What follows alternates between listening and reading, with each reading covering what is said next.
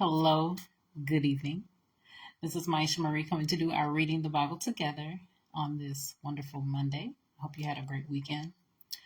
Today we're going to be reading 1 Samuel chapter 15 from the New Living Translation, and we're going to go ahead and get started.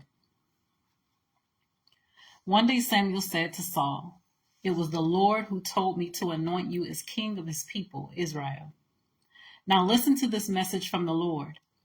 This is what the Lord of heaven's armies has declared.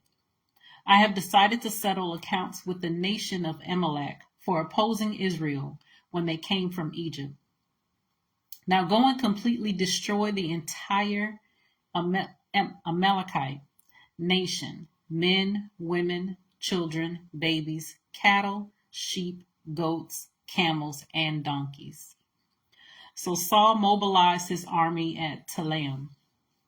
There were 200,000 soldiers from Israel and 10,000 men from Judah. Then Saul and his army went to a town of the Amalekites and lay in wait in the valley. Saul sent this warning to the Kenites: "Move away from where the Amalekites live, or you will die with them. For you showed kindness to all the people of Israel when they came up from Egypt." So the Kenites packed up and left.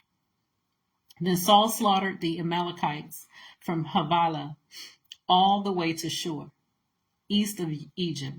He captured Agag, the Amalekite king, but completely destroyed everyone else.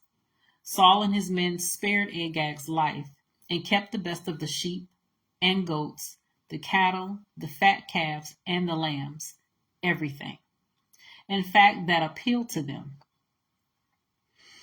They destroyed, let me read that again, everything, in fact, that appealed to them. They destroyed only what was worthless or of poor quality. Then the Lord said to Samuel, "I am sorry that I ever made Saul king, for he has not been loyal to me and has refused to obey my command." Samuel was so deeply moved when he heard this that he cried out to the Lord all night.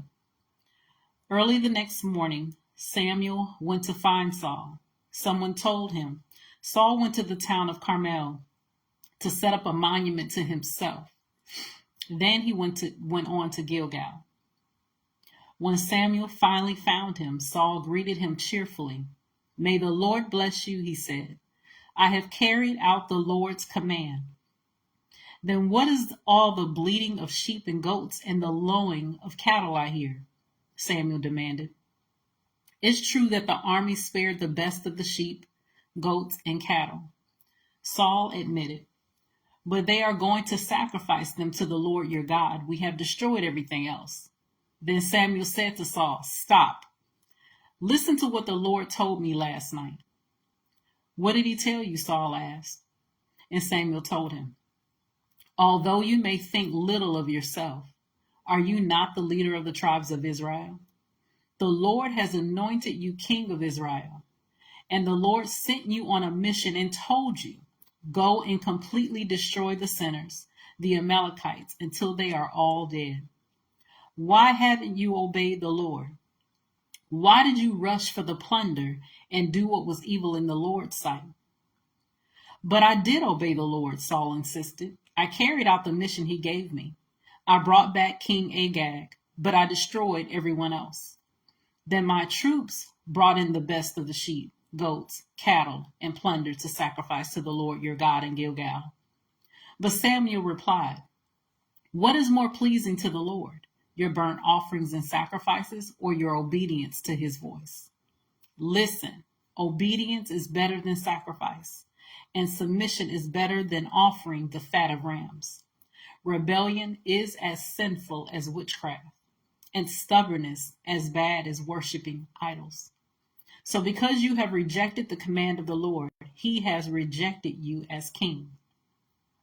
Then Saul admitted to Samuel, "Yes, I have sinned. I have disobeyed your instructions and the Lord's command, for I was afraid of the people and did what they demanded.